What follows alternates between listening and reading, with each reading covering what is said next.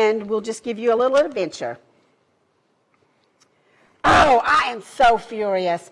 I was walking past the elephant pen a while ago, and I was distracted by a monkey swinging over my head, and I stepped in elephant poop. Oh, my goodness. The worst thing about that is, though, I didn't just step in it. I slipped and fell in it. And do you know how hard it is to get that cleaned off of you? I know. I saw you fall. I was afraid at first that you'd hurt yourself, and I started to come to your aid, and then I saw you were okay, and I began to bust a gut. I slipped behind the rhino pen. Tears were streaming down my cheek. Not funny. I'm telling you, it was absolutely amazing. I almost broke into song. I wanted to say, slip sliding away. But, honey, listen, I'm sorry. I'm sorry, but you know what? It's good to laugh, and we just need to laugh. Really?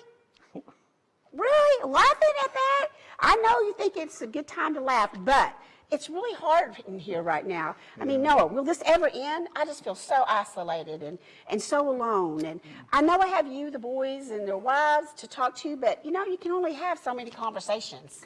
I know what you mean, and it is difficult. I mean, every day seems like the previous day, and that day seems like the day before it. You know, I get up, we have breakfast, I go clean the stalls, I feed the animals, and then I make sure the kids do their chores because you know how kids are. Yeah. And then when I'm finished with that, I come back and we talk and visit, and you sit around, wait for the nighttime to come so you can go to bed and start it over the next day. It just seems like it just goes on and on and on. And yes, I feel isolated and lonely too.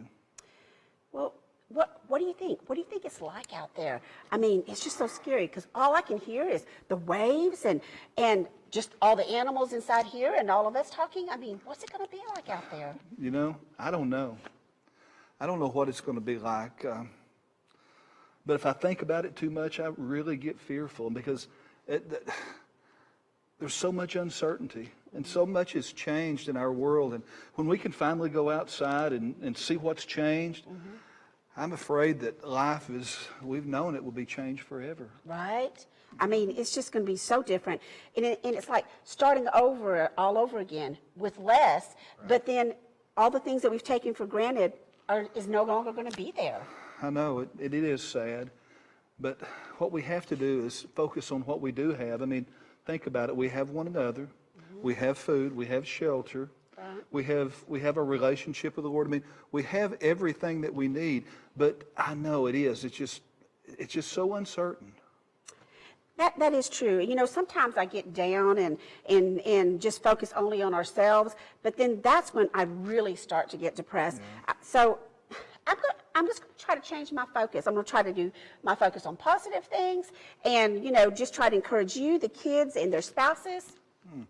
You know, that's really a good idea because it's so easy to get down, and I think we just need that encouragement, that affirmation, and that time of just exhortation that we're building one another up. And, you know, I was thinking about it. I mean, you know, we do have to do some of the same things every day. I mean, you know, I've got my chores to do. You have your chores. The kids have their chores, and their wives have their chores. But we don't have to make every day the same. I mean, we can branch out. We can. You know what we could do? We could play some of the games that we used to play before all this started with the kids and get together and just enjoy one another and take that time to grow together. Definitely. And maybe tonight at dinner we can just sit around our table and just say, hey, say a positive thing about each one of us. And, you know, we could do that. Or we could talk to the kids and just kind of get their ideas and their thoughts about what they think life's going to be like when this is all over.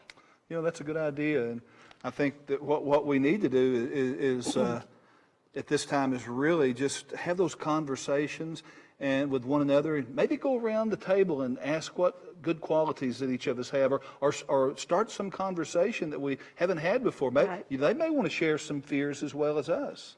Yeah. Well, and, you know, also we can just use this time to grow in our relationship with each other and God. We can tell stories about Adam and Eve and how God really intended for this earth to be. Really.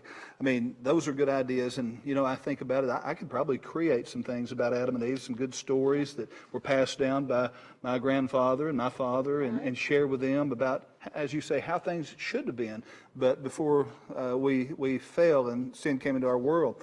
But I think what we need to do also is just remind one another, our children and each other, and everyone that we're close to, that God has always provided for us. Yeah. And He's always taken care of us, and He truly cares for us, and He's not going to stop that. No. So we need to cast those cares on Him. We know He cares for us. And as we always say with our grandkids when we're going from Texas to Arkansas or Arkansas to Texas, they always ask this question. Are we there yet? And we respond, Not yet. And we're not there yet, but I'm asking you to think of others above yourself and just remember the good things that God has. And take this time. We may never see another time like this in our life. And probably right now we have more time with our spouses, our children, and others than we've ever had before. So take that time to build and connect those relationships. And remember, we'll get through this. God will deliver us. May the Lord bless you and keep you.